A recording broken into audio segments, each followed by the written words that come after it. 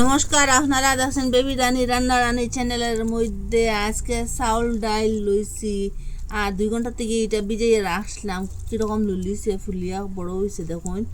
এটা দিয়ে আজকে বা পকোড়া বা বড়া বানাইয়া আপনার সাথে শেয়ার করবো। আপনারা পুরো ভিডিওটা দেখবা, স্কিপ করবা না। এটা জল দিয়ে প্রথমে দই লিছি, পরিষ্কার করে লিছি। একটা মিক্সারের মধ্যে লইলাম। এখানে ডাইল বেশ লইছিলাম, 1 গ্লাস আর চাউল লইছিলাম অর্ধেক গ্লাস। তো এখন এটা কুটিলাই, ওরকম করে কুটি লিছি, পুরা পেস্ট বানাই লিছি দেখুন। এখানে পেঁয়াজ আর রসুন লইছি, 4টা পেঁয়াজ লইছি, এটাও কাটিলিম,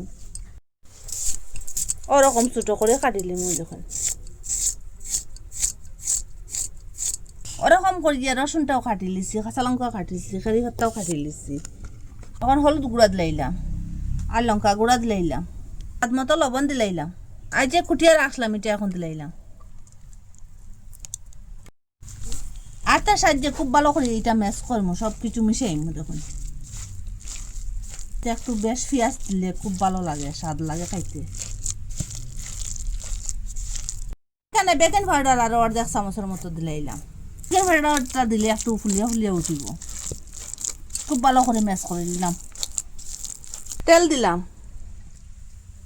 আপনারা বেশি তেল দিয়েও বানাইতে পারেন না, কম তেল দিয়েও বানাইতে পারেন। এখন বড়ার সেই বেদ লইলাম,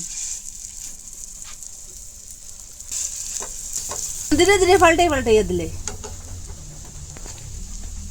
বেকিং পাউডার দিবার কারণে ফুলকো ফুলকো ইয়ে উঠেছে দেখুন।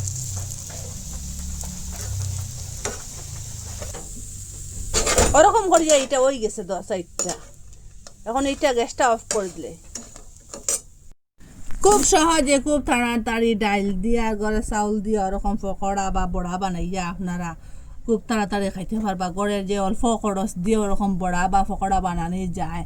এটা চার সাথেও খাইতে পারবা, এমনি সসের সাথেও খাইতে পারবা, বা রুটির সাথেও খাইতে পারবা, ভাতের সাথেও খাইতে পারবা, সব কিছুর সাথে খাইতে পারবা। এত স্বাদ কি বলবো। এটা বেসন ছাড়া এটা পকোড়া বানানি। আপনারা যারা দিবা সে এটা একবার খাইলে আসাই আকারে খাইব, জীবের মধ্যে স্বাদটা লাগিয়া থাকবো। আপনারা কই থাকি দেখরা কমেন্টের মধ্যে নিশ্চয় জানাইবা। আর ভালো লাগলে লাইক কমেন্ট শেয়ার সাবস্ক্রাইব করবার। আজকের ভিডিও এখানে শেষ, নতুন একটা ভিডিও নিয়ে ফিরে আসবো বন্ধুরা।